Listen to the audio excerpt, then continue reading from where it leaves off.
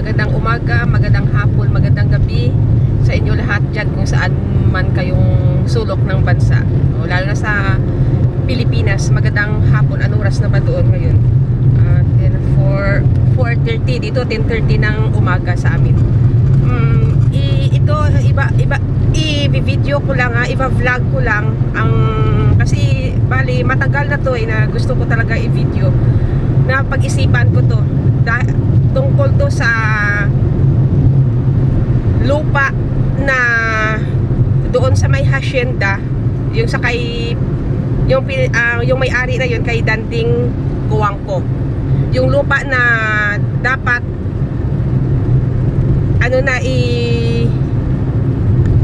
para sa mga tao, bali reward sa mga tao. Matagal na to kasi 1994 or mga 1980 ano pa sa itong lupa na to dapat i-award to sa mga tao doon sa kung saan nakakuha, kung sino ang mga beneficiary. Kagaya mga mga more than 20 years na ang pinaglaban ng mga tao na ito. Isa na ako dyan. Tutusin ako, nakakuha ako ng land share. Pero ang lupa talaga na dapat para sa mga beneficiary, hindi naibigay ng may-ari. Hindi na alam kung bakit. Dapat kasi yung sa DAR, kung ano naman ang pinag-usapan nyo dyan. Kaya ako hindi ko talaga alam kung ano ang mga totoong umpisa dyan, kung paano. Kasi nga, ang ko lang, kung minsan magsisend sa akin ng message o ibabalita sa akin na ganito daw. Kaya parang every month nagpupunta ng Manila. Kailangan kasi may dialogue. Siyempre, palagi na lang dialogue hanggang ngayon wala pa rin. Hanggang ilang years na ang pinaglaban ng mga tao na to. Kung tutuusin, ang mga tao na nakipaglaban dito, yung iba wala na, namatay na. Ngayon mga pinasa sa mga anak nila hanggang ngayon wala pa rin. Parang pinapaasa lang ba ng ng DAR o kung sino man yung regional DAR. Sana naman itong mga tao na to sa matagal na nila na pinaglalaban, maawa naman kayo kasi itong mga tao sobrang hirap to. Nakipag sila, may mga estudyante sila, may pinapaaral sila. Kailangan din nila kasi wala silang wala na silang trabaho nito. Wala silang trabaho kasi nga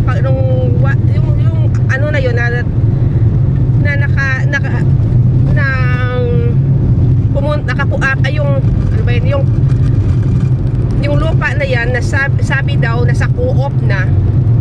Ngayon yung mga tao na nagtatrabaho doon tinanggal yung mga yung dapat kung kay sino to i-award ang lupa na to, itong mga tao tinanggal sa trabaho nila sa co-op daw o kaya sa hacienda na yan. Ang may-ari dito si Danding Kuwangko. Imagine ilang hacienda Balatong, hacienda Nieva, hacienda Candelaria, hacienda Caridad. Hindi ko pa alam kung ano pa mga hacienda.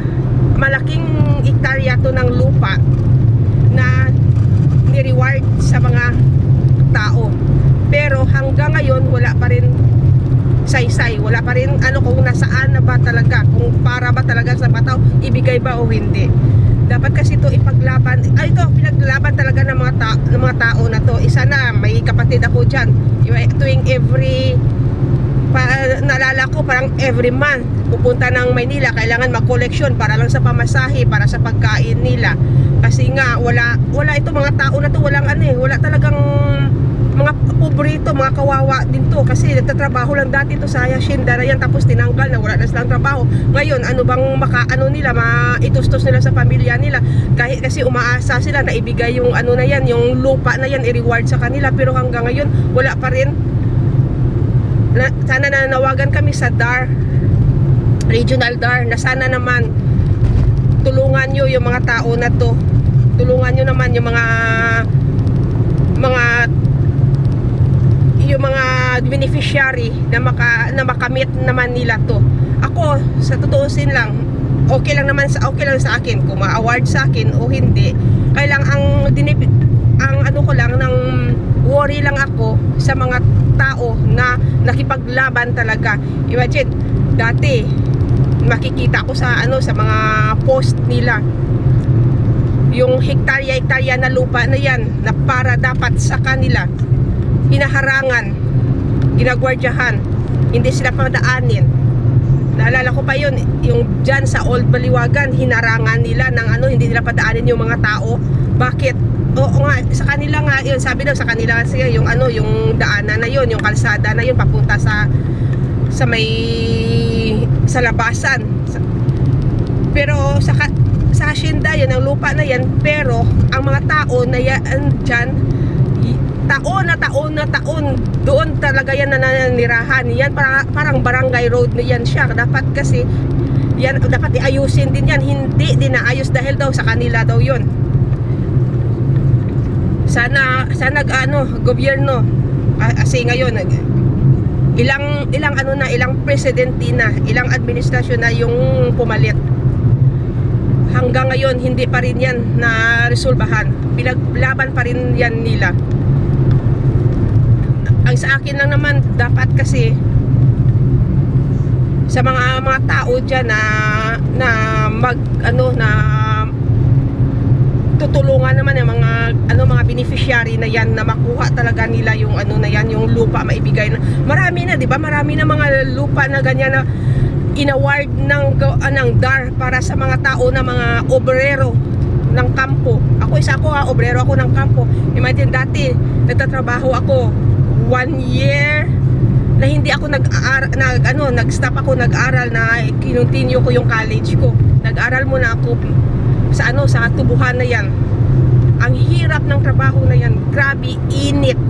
Ang ko talaga, init. Tapos pag sobrang init, naalala ko, nabalisaw-saw pa ako sa nagdadamo kami. Yung pawis dugo din yan ang mga beneficiary dyan sa lupa na yan na pinaglalaban nila ngayon. Pero hanggang ngayon hindi pa rin nila nakuha, hindi pa rin nila nakamit sa nila para sa kanila. Dar, sana naman matulungan nyo to, mga tao na to. Hindi ko alam, may madami pa kasi yearly, buwan yearly talagang pinaglalaban nila to.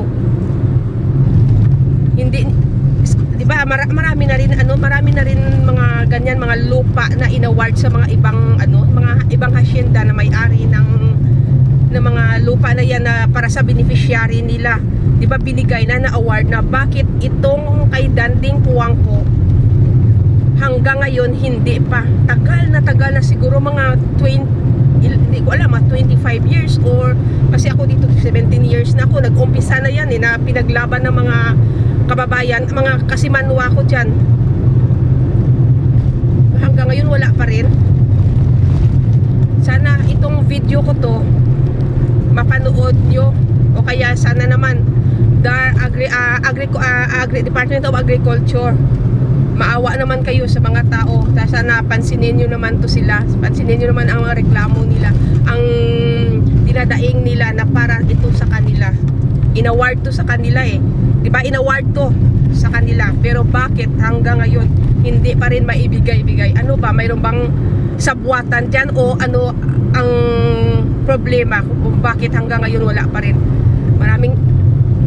Maraming salamat sa inyo. Sana mapanood nyo to yung video ko, at saka ma-share nyo.